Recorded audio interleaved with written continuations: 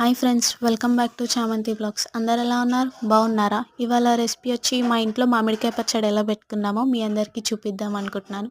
Summer special మామిడికాయ పచ్చడి కదా. ఈ మామిడికాయ పచ్చడి చేయడానికైతే ఒక 10 మంది హ్యాండ్ అయితే వేసారు. అంటే 10 మంది కలిసి పెడితే ఎంత ఎంత క్వాంటిటీ పెడుతున్నామో గెస్ చేయండి. ఇక మా బాబాయ్ మా తమ్ముళ్ళు కలిసి మామిడికాయ పచ్చడి చేయడానికి ముక్కలు అయితే కొట్టి పక్కకు పెట్టారు. మా పిన్ని మా చెల్లెళ్ళు కలిసి ఎల్లిపాయ పొట్టు తీసిర్రు. నేను మా వదిన కలిసి దాని మెంతులు, ఆవాలు, జీలకర్ర ఏంచి పక్కకు పెట్టినాం. ఇక మిక్సీ యూజ్ చేస్తే న్యాచురల్ టేస్ట్ రాదేమో అని చెప్పి రోట్లోనే వేసి దంచుకున్నాము. జీలకర్ర, మెంతులు, ఆవాలు దంచి పక్కకు పెట్టుకున్నాము. ఇక ఆయిల్లో జీలకర్ర, ఆవాలు, వెల్లుల్లి పేస్ట్ ఇవి వేసి ఆయిల్ వేడి చేసి పక్కకు పెట్టుకున్నాము. ఆయిల్ చల్లయ్యేంత వరకు మామిడికాయ ముక్కలకి జీలకర్ర పొడి, మెంతి పొడి, అలాగే ఆవాల పొడి కలిపితే టేస్ట్ బాగుంటుంది అని మా పిన్ని చెప్తే మా మమ్మీ అట్లా చేస్తుంది. అంటే ఇంతకుముందుకి ఇట్లా చేయలేదంట మా మమ్మీ.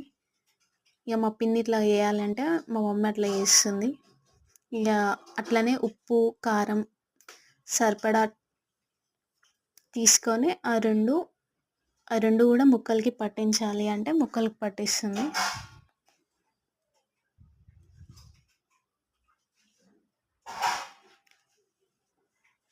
ఇంతలోపు ఆయిల్ వేడి ఆయిల్లో వేస్తే అంటే కలర్ చేంజ్ అవుతుందంట. అంటే పచ్చడి కలర్ బ్లాక్ అయిపోతుంది అని మా పిన్ని అంటే, సరే ఆయిల్ అవన్నీ అయ్యేంత వరకు ఇది చేద్దామని ఆయిల్ పక్కకు పెట్టిరు.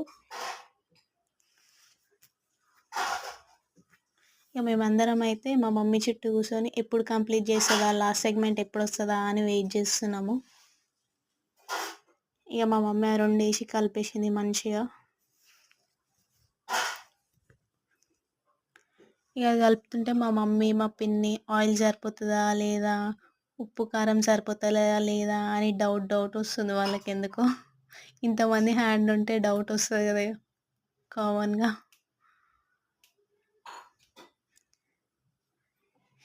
ఇక ఉప్పు, కారం, ఆయిల్ మంచిగా కలుపుకొని ఒక గ్లాస్ జార్లో స్టోర్ చేసుకుందామని గ్లాస్ జార్లో అయితే స్టోర్ చేసుకున్నాం. ఇక మేము అందరం వెయిట్ చేసిన ఫైనల్ సెగ్మెంట్ అయితే వచ్చేసింది. ఇక ఈ పచ్చడి ఎట్లుందో మేమందరం టేస్ట్ చేసి చెప్పాలి కదా మా మమ్మీకి మా పిన్నికి. ఇక అదే బేషన్లో వేడి అన్నం, నెయ్యి వేసి కలిపి అందరికీ టేస్ట్ చేయమని చెప్పింది మా మమ్మీ.